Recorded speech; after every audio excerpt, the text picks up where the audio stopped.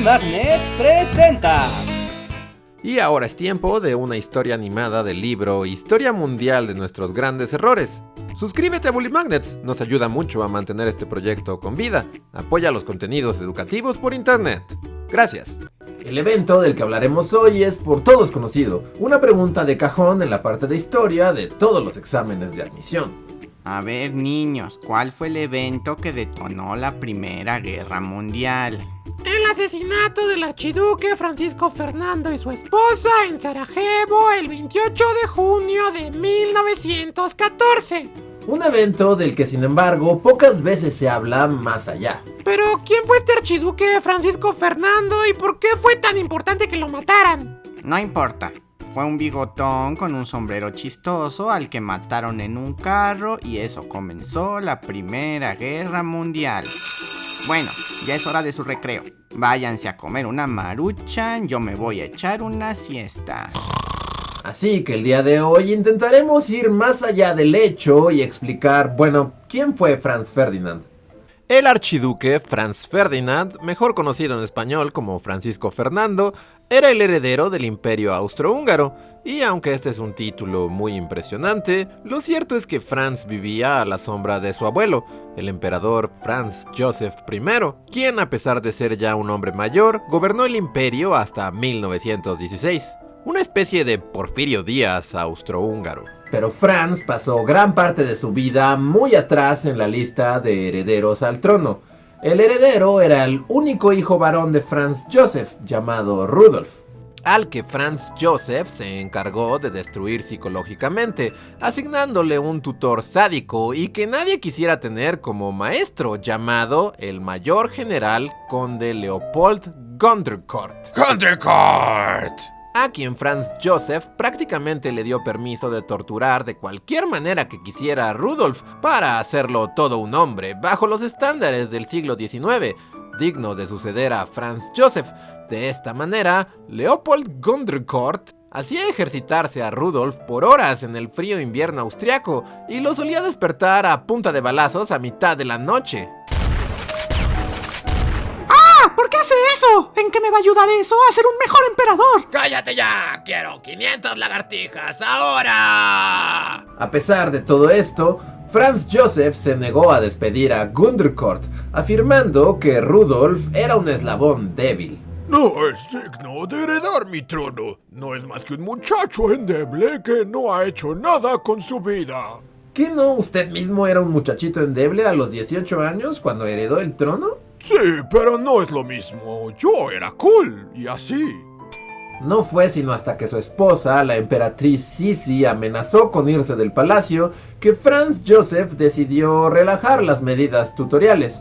Pero para entonces ya era muy tarde, y Rudolf, siendo un muchacho sensible, nunca se recuperó del todo, y en los años siguientes sufriría de melancolía y depresión, hasta que se suicidó en 1889.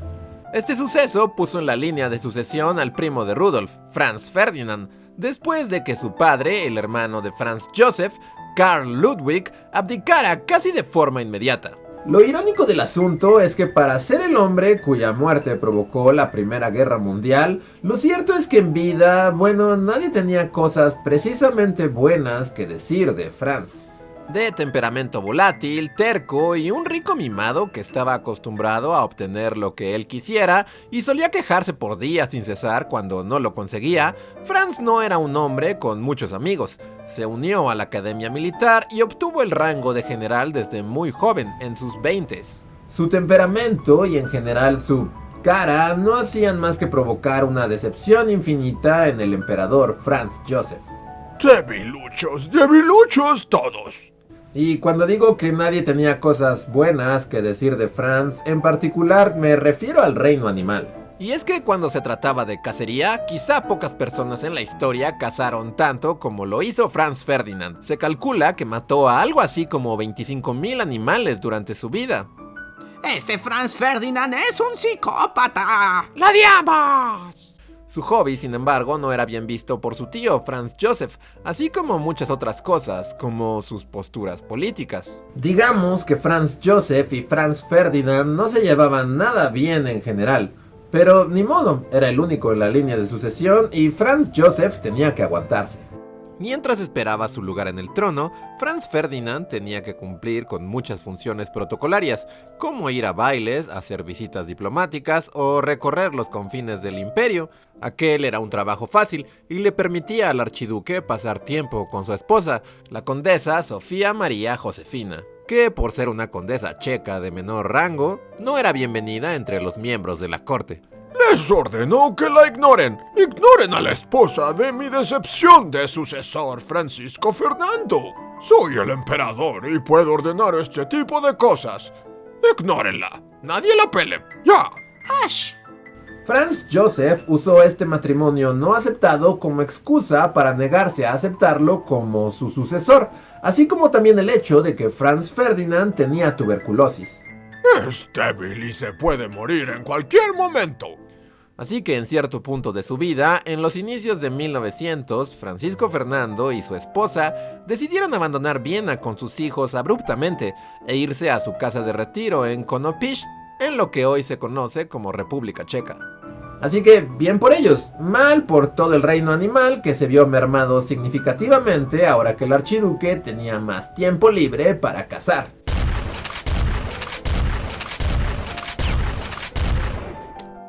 Algún día aprenderé a operar este aparato y entonces tendremos venganza.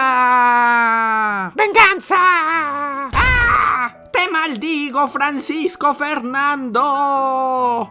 En 1914, Franz tuvo la misión de hacer un recorrido por Sarajevo, que en aquel entonces era una ciudad y región afiliada al Imperio Austrohúngaro, pero en graves problemas. Con bombas y rifles, distintas organizaciones nacionalistas se manifestaban contra el imperio y desde unos años atrás habían atacado sistemáticamente a los gobernadores y miembros de la nobleza austrohúngara. La misma esposa de Franz Joseph, la emperatriz Sisi o Elizabeth de Austria, había sido asesinada a puñaladas en 1898 por un anarquista italiano en Ginebra. Aún así, por alguna razón, se decidió que el archiduque se paseara por ahí. El 28 de junio, Franz y su esposa salieron en un auto descapotado. Su paseo por las calles de Sarajevo consistía en un corto recorrido que les permitiría ser vistos por la población y después dirigirse a un cuartel militar. Pero apenas salieron, fueron atacados por un radical que les arrojó una bomba. El explosivo rebotó en el auto e hizo estallar a una de las escoltas. El archiduque escapó a toda velocidad hasta el cuartel, sin saber que en el camino le habían aventado un segundo explosivo, que no funcionó. Franz estaba furioso, ofendido y asustado. Aquel atentado había sido una afrenta directa a su autoridad, y aún así se negó a terminar el tour, y escogió desviarse para visitar a los heridos de la primera explosión. Aquella fue una muy mala decisión, porque el conductor se equivocó de camino y se perdió en la ciudad, y cuando quiso retomar la ruta, se le apagó el motor y quedó varado junto con la pareja imperial. Y por si aquella no fuera suficiente mala suerte, resulta que en el café cercano donde se descompuso el carro estaba uno de los atacantes, un hombre llamado Gavrilo Princip, que al reconocer a los pasajeros no se la pensó dos veces. Se acercó y asesinó a balazos al archiduque y a su esposa. ¡Ah! ¡Maldita sea! Se nos adelantaron, pero bueno, al menos el enemigo de los venados ha muerto. ¡Que arda en el infierno! ¡Que arda! El atentado trajo mala suerte, no solo al archiduque, que debió haber cancelado su paseo después de la primera bomba, sino que su muerte causaría estragos a escala internacional, desencadenando una serie de eventos que propiciaron el inicio de la Primera Guerra Mundial. Y si el hecho de que tu muerte cause la destrucción de toda Europa no puede ser considerado un síntoma de mal agüero, entonces nada más lo es. Y esa fue a grandes rasgos la historia de Franz Ferdinand, el hombre cuya muerte provocó la Primera Guerra Mundial. Esta y muchas otras historias las pueden encontrar en nuestro libro Historia Mundial de nuestros grandes errores, el cual pueden encontrar en todas las librerías y en Amazon. Si les gustó el video, no olviden darle like, suscríbanse, compártanlo en redes sociales y recuerden que también nos pueden apoyar en Patreon, en donde por tan solo $1 se aseguran de que el proyecto siga creciendo y podamos seguir haciendo videos, libros y todas estas cosas educativas que a ustedes les gustan y que a nosotros nos gusta hacer. Y queremos agradecer a las personas que nos apoyan en Patreon y en el sistema de miembros de YouTube.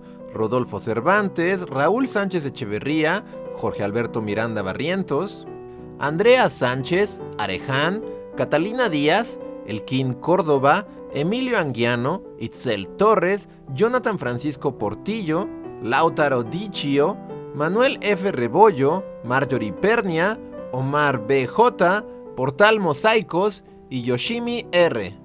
Muchas gracias por apoyar el proyecto y hacer que podamos seguir haciendo videos. Muchas gracias a todos ustedes y nos vemos en el próximo video. Hasta la próxima.